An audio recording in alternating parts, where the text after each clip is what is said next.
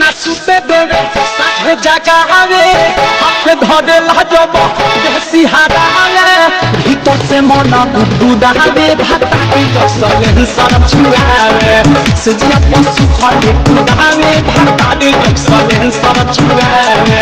सुते ना सुते देवे साथे जगावे हाथ धरे लाजब देसी हारावे भीतर से मन गुदगुदावे भाता की जसले सर छुआवे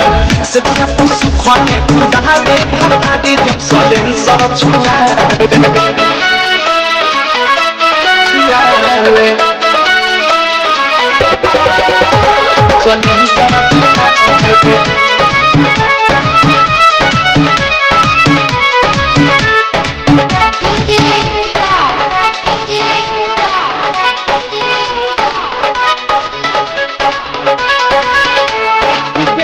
सुहेला खाली मन नाही भरे पलक पर हम हूँ पसंद जानी रहे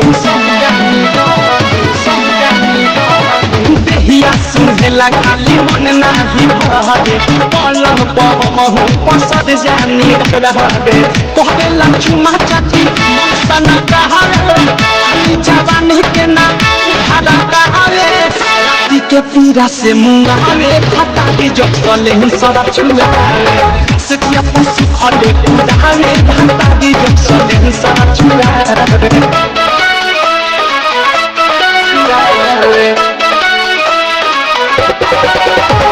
जसले सर